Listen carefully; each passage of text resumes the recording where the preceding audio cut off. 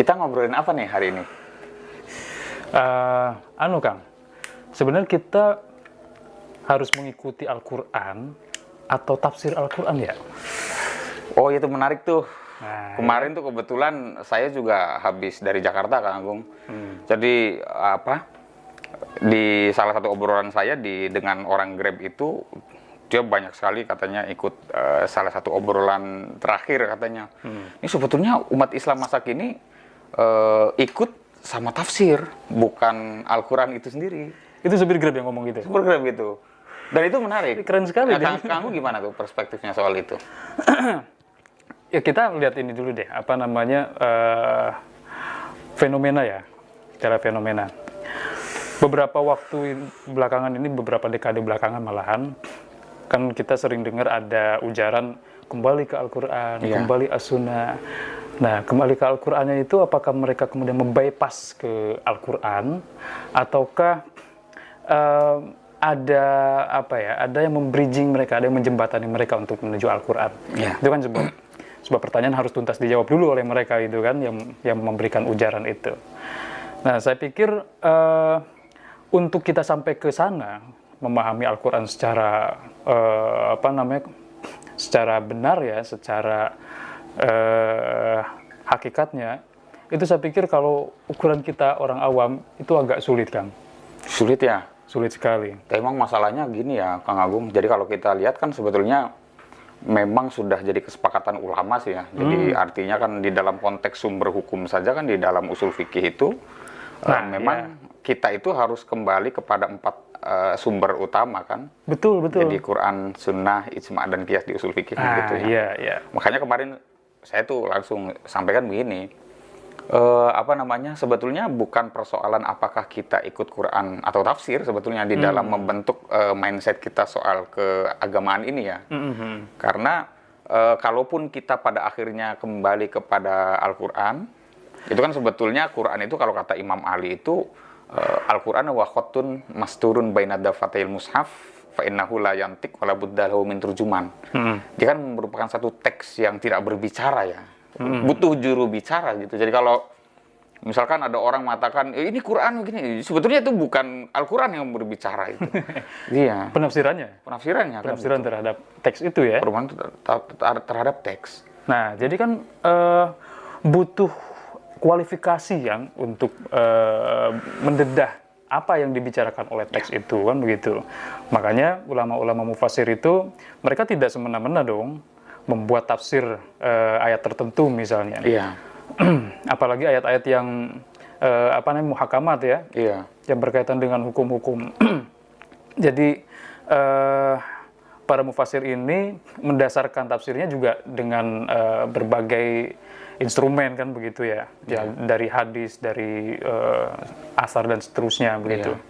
Ya begitu kan ya Mas Sofri ya. Betul. Dan sehingga nanti kan kita ketika bertanya sebetulnya kalau ada klaim kembali kepada Al-Quran itu kan sebetulnya ada anggapan bahwa sebetulnya selama ini kita tidak mengikuti Al-Quran tapi yang kita ikuti kan para ulama begitu ya. Sebetulnya kalau kesannya begitu. Tapi kan kita ini kan santri kan begini Kang Agung ya, kalau kita lihat kehidupan kita sebagai seorang santri itu ketika kita dulu dididik dengan mengaji kitab kuning ya, selalu berangkat dari persoalan paling dasar kan begitu ya. Saya bisa menjamin 1000% Kang Agung ya. Jadi ketika kita belajar keagamaan di pesantren awal-awal itu nggak ada yang langsung mengaji Al-Quran dalam konteks memahami hukum, tafsir segala macam. Semua yang dikonstruk di pesantren itu adalah tafsiran para ulama. Yang kemudian kalau saya sedikit lari ke teorinya orang-orang IAIN lah begitu ya, PTKI ini tuh kata Said Asmawi itu orang menganggap syariat itu hanya Quran dan hadis, tapi kemudian justru di dalam fase perkembangannya aqwalul ulama, pandangan para ulama itu sering dikatakan sebagai syariat dan itu representasi beragama kita ya gitu ya. Makanya slogan kembali kepada Al-Quran itu saya kira juga di satu sisi ya tadi seperti Kang Agung itu ya, seakan-akan orang menjadi mudah kembali ke Quran, kembali kepada hadis, kan begitu ya, tanpa melalui satu instrumen yang perlu dilakukan sebetulnya. Dan nggak salah juga Kang Agung ya. Nggak salah juga kalau misalnya sebetulnya kita selama ini ya beragama ngikuti tafsir gitu. Dan no problem dengan itu ya. No problem.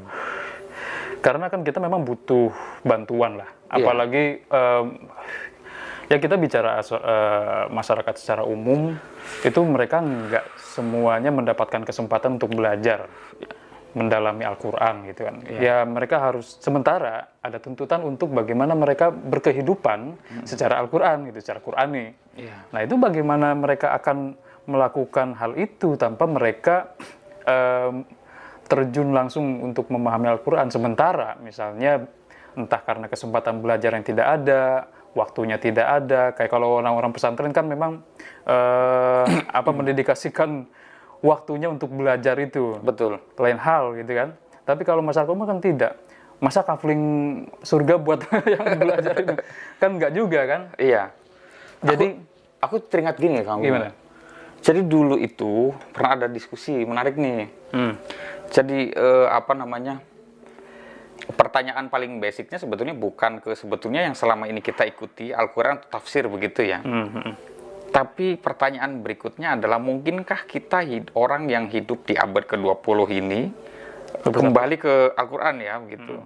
Kalau kita lihat kan selama ini proses transmisi Al-Quran dari Tuhan itu kan diturunkan kepada Nabi Muhammad melalui malaikat Jibril begitu ya. Tentu orang pertama yang paling menangkap pesan-pesan Tuhan itu kan Rasul sendiri ya, Nabi Muhammad sebagai orang yang menerima wahyu secara langsung. Yang beliau sendiri kemudian mengajarkan apa isi-isi Al-Quran kandungan itu kepada para sahabat.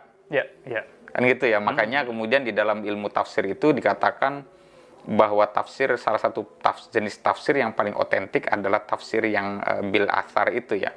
Jadi tafsir bil ma'thur yang lebih banyak mengambil riwayat Nabi sebagai orang yang menerima langsung.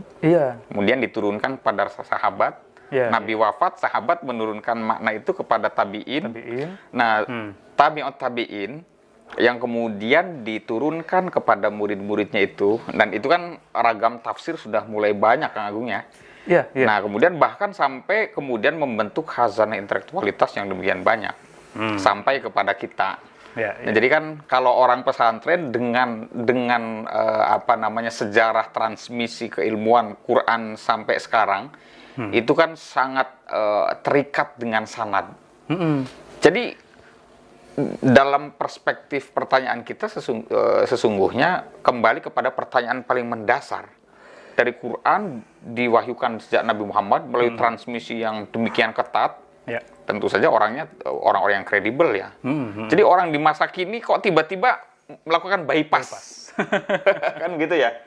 Melakukan bypass dengan mengatakan bahwa ini semangat kembali kepada Quran hadis, seakan-akan melupakan bahwa ada transmisi yang demikian ketat untuk mengajarkan keilmuan. Ini kan intinya di situ. Di situ sebetulnya problemnya. Jadi pertanyaannya justru pertanyaan awal tadi saya itu justru nggak relevan ya. Bukan apakah kita sebaiknya mengikuti Al-Quran dan tafsir, tetapi yang lebih tepat saya pikir urgensi tafsir untuk memahami Al-Quran. Begitu ya? Karena tafsir ini kedudukannya penting untuk memahami Al-Quran itu. Kalau tidak diinterpretasikan oleh tafsir-tafsir yang sudah ada kekhawatiran, ada resiko misinterpretasi terhadap ayat-ayat Al-Quran. Begitu kan ya? Jadi saya juga menduga pada aspek-aspek tertentu, misalnya kita bolehlah sepakat bahwa tafsir itu karena dia produk pemahaman manusia atas interaksinya dengan teks Al-Quran, tentu tidak memiliki nilai kebenaran yang sama dengan Quran. Makanya kan seringkali mufasir sendiri ketika beliau itu menulis tafsir mengakhiri dengan kata-kata wallahu a'lamu bi atau bisawab begitu ya. Karena para ulama kita juga memiliki satu sikap kerendah hatian bahwa tidak mungkin tafsir kita ini adalah tafsir yang paling benar, kan gitu ya, paling mendekati kebenaran, meskipun tuntutan kita harus percaya bahwa produk penafsiran yang dilahirkan itu sudah otoritatif ya. Betul, begitu. Dan mereka melakukan prosesnya juga secara disiplin kan. Secara disiplin. Dengan berbagai keilmuan-keilmuan lain yang melengkapi proses penafsiran itu. Nah makanya kan di pondok kita belajar nahwu sorof gitu kan, balago. Wah di Kempek itu dulu kita ya, di Kempek itu Masya Allah yang namanya harus menghafalin tafsir, menghafalin tasrif dari mulai fa'alef, fa'lan ada berapa, kemudian bentuknya 36 dan seterusnya ya. Itu kan dalam rangka memahami itu, karena kan bahasa Arab itu bahasa yang memiliki tingkat ketinggian gramatikal yang cukup tinggi dibandingkan dengan bahasa-bahasa lain. Salah harokat dikit saja bisa berbeda arti kan gitu. Betul. Nah, sementara kalau misalnya ada orang yang secara mentah-mentah, dan saya agak curiga juga ketika misalnya kembali ke Al-Quran, bukan ke Al-Quran dalam bahasa Arabnya itu, tetapi terjemahannya. Ini juga problematis juga gitu kan. Itu persis sekali Kang Gung. Jadi saya jadi teringat dulu 2006 saat saya lulus dari Aliyah itu ikut satu program ya. Satu program dengan Salman ITB itu ya. Jadi setiap pagi itu jadi diseleksi mahasiswa siswa yang lulus terbaik begitu ya se-Jawa Barat, saat itu kemudian dikarantina kerjasama Kementerian Agama Provinsi Jawa Barat dengan Salman ITB. Itu ingat sekali saya Kang Gung. Jadi bagaimana kemudian indoktrinasi kita setiap subuh itu sama-sama diminta untuk membacakan sebuah ayat begitu. Kemudian saya agak lupa ya istilahnya mursyid atau apanya begitu. Kemudian murabi biasanya disebut. Murabi ya. Murabi itu kemudian membacakan satu ayat, kemudian membacakan terjemah, dan dia sekonyong-konyong langsung istilahnya menjelaskan bahwa itulah makna yang diarahkan oleh Al-Quran. Itu kan bagi saya bahaya ya, karena kita pertama bisa menyatakan bahwa terjemah Al-Quran itu bukan Al-Quran itu sendiri. Dia tidak merepresentasikan kandungan Al-Quran, kemudian hukum-hukum yang ada dalam Al-Quran. Jadi terjemah itu kan sekadar, kalau dalam istilah di kita itu kan hanya sekedar menggali mufrodatul Quran. Betul. Jadi menguraikan apa sih sebetulnya kata-kata ini, kosakatanya ya. Dan tidak kadang-kadang kosakata juga di dalam konteks kesejarahan itu terus berkembang. Betul. Maka saya sepakat misalnya menyatakan dulu saya pernah diskusi di situ Bondo itu dengan Pak Imam Nakhoi itu, saya masih ingat itu. Jadi fakku rokobah itu membebaskan budak misalnya di dalam salah satu ayat itu sesungguhnya kata budak rokobah itu memiliki makna yang terus berkembang, sehingga kalaupun dibayangkan bahwa budak di masa lalu itu sudah tidak ada lagi ya, karena orang hidup di masa kini itu kan sudah terhapus dari sistem perbudakan, tapi dalam makna yang metaforis juga sesungguhnya budak orang-orang yang terbelenggu, hidupnya terjerat hutang gara-gara kemarin itu ketipu investasi bodong gitu. Itu kan sesungguhnya budak-budak yang masih terus ada di masa kini. Iya. Tidak selalu ditafsirkan sebagai budak dalam pengertian hamba sahaya gitu. Betul. Ya. Tidak harus, makanya tadi perspektifnya bahwa mempelajari Al-Quran semata-mata melalui terjemahnya itu agak sedikit berbahaya begitu ya. Beresiko tinggi. Kesalahpahaman atau pahamnya yang salah gitu. Betul. Ketika misalnya tadi disimpulkan pembacaan Al-Quran satu ayat lalu disimpulkan oleh siapa tadi Murabi itu ya. Itu sebetulnya juga kan dia tengah menafsirkan Al-Quran itu sendiri gitu. Betul. Kan. Dan sayangnya ya bukan saya melihat ini ya, karena konteksnya kan murabbinya ini adalah mahasiswa ITB. Iya. Jadi saya sendiri meragukan kapasitas dia untuk kalau di dalam bahasanya apa namanya Al-Qarafi itu saya meragukan kapasitas beliau sebagai mutarjim, sebagai juru bicara Tuhan ya, karena saya lihat betul bahwa dia tidak menguasai piranti tafsir. Iya. Begitu ya. Saya ingat ada sebuah hadis, redaksinya saya agak samar ingatan saya tengok. Tapi yang jelas hadis itu kalau tidak salah, kalau tidak keliru bunyinya begini, man tafassarul Qur'ana bi ra'yihi falyatabawwa maq'adahu minan nar, kan begitu. Iya. Kalau orang menafsirkan Al-Qur'an dengan pendapatnya sendiri, tanpa landasan athar tadi kan, tanpa landasan keilmuan-keilmuan yang melengkapi disiplin penafsiran itu, maka bersiap-siaplah dia bertempat duduk di neraka. Iya. Itu kan mengerikan sekali. Mengerikan. Dan itu betul Kang Agung, hadis itu ada redaksi yang lain itu man fassarul Qur'ana bi ra'yihi au bima la ya'lam. Au bima la Falyatabawa maq'adahu minan nar. Jadi saya ingat ini dari kitab Itmamud Diroyahnya Suyuti ya.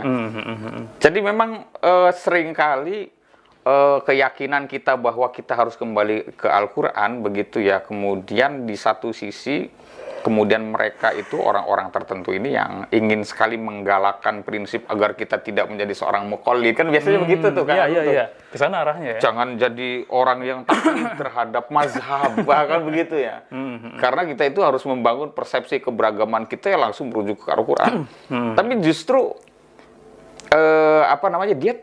dia terjebak dengan jalan pikirannya sendiri yang tidak siap menggali langsung dari Quran hadis kan.